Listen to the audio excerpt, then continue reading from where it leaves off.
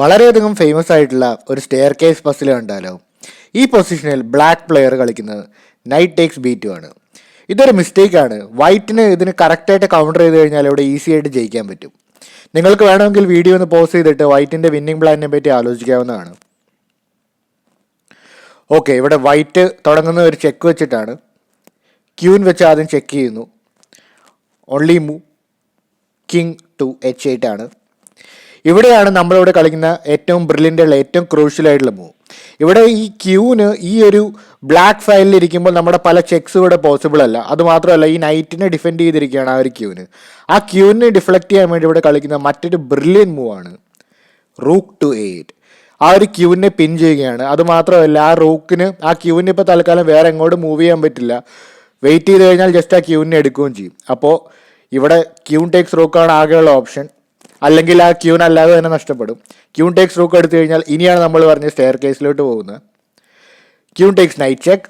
ഇവിടെ ബിഷപ്പ് വെച്ച് ബ്ലോക്ക് ചെയ്ത് കഴിഞ്ഞാൽ just bishop takes queen takes bishop made ആണ്. അപ്പോൾ അതെന്തായാലും നടക്കുന്നില്ല. കിങ് h7 പോകുന്നതാണ് കുറച്ചുകൂടെ നല്ല ഐഡിയ. Queen c2. ഇപ്പം നിങ്ങൾക്കൊരു സ്റ്റെയർ കേസ് പാറ്റേൺ കാണാൻ പറ്റും. കിങ്ങിൻ്റെ ഓൺലി മൂവ് കിങ് h8 ആണ്. വീണ്ടും അടുത്ത ചെക്ക്, ഒരു സ്റ്റെയർ കയറുന്ന പോലെ. കിങ് താഴോട്ട് വരുമ്പോൾ വീണ്ടും ചെക്ക്. കിങ് മുകളിലേക്ക് കയറുമ്പോൾ വീണ്ടും ചെക്ക്. കിങ് താഴേക്ക് ഇറങ്ങുമ്പോൾ വീണ്ടും സ്റ്റെയർ കേസിലേക്ക് അങ്ങോട്ടും ഇങ്ങോട്ടും മാറുന്ന പോലെ വീണ്ടും ചെക്ക്.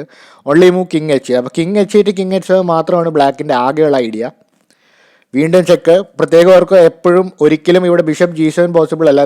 നേരെ queen takes bishop checkmate ആയിരിക്കും. അപ്പോൾ ഈ ചെക്കിനും king h7, queen f5 check.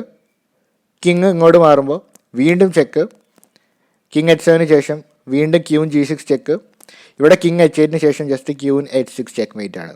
അപ്പോൾ നിങ്ങൾ ഈ പൊസിഷൻ്റെ സ്റ്റാർട്ടിംഗ് വേയിലേക്ക് നോക്കിക്കഴിഞ്ഞാൽ മനസ്സിലാവും ഇതൊരു സിക്സാഗ് ഒരു സ്റ്റെയർ കേസ് രീതിയിലാണ് നമ്മൾ ചെക്ക് മേറ്റ് അച്ചീവ് ചെയ്തിരിക്കുന്നത്. അത് മാത്രമല്ല, റൂക്ക് a8 ആ റൂക്ക് സാക്ക് കൊണ്ടാണ് നമുക്കിവിടെ ഒരു സ്റ്റെയർ കേസ് പൊസിഷൻ കിട്ടിയത്. മാത്രമല്ല, ഈ കിങ് f7ലും കിങ്ങിന് h8ലേക്ക് ഓടിക്കാൻ പറ്റിയതും കൂടെയാണ്. അതുകൊണ്ടാണ് ഇതുപോലത്തെ സ്റ്റെയർ കേസ് പാറ്റേൺ നമുക്കിവിടെ ഉണ്ടാവാൻ സാധിക്കുക. അപ്പോൾ നിങ്ങൾക്ക് സ്റ്റെയർ കേസ് പസിൽ ഇഷ്ടപ്പെട്ടു എന്ന് വിശ്വസിക്കുന്നു. അപ്പോൾ അടുത്ത വീഡിയോയിൽ കാണാം.